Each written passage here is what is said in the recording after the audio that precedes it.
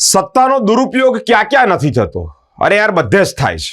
અને પોતાના હોય પોતાનાની ભૂલો, પોતાના ગુનાઓ ઢાંકવા માટે તો ખાસ એકલા જો બાઇડન પૂરતું સીમિત નથી. રાજકારણમાં ઘણા બધા એવા દિગ્ગજ નેતાઓ છે કે જ્યાં પોતે સત્તાનો દુરુપયોગ કરી રહ્યા છે. અમેરિકાના પૂર્વ રાષ્ટ્રપ્રમુખ જો બાઇડને પોતાના દીકરાને દોષમુક્ત જાહેર કર્યો. કરચોરીનો ગુનો હતો, એ કરચોરીના ગુનામાં તેમને માફી અપાવી અને તેઓએ કહ્યું કે આ તો પોલિટિકલ સ્ટ્રેટેજી છે તેને ફસાવવા માટેની.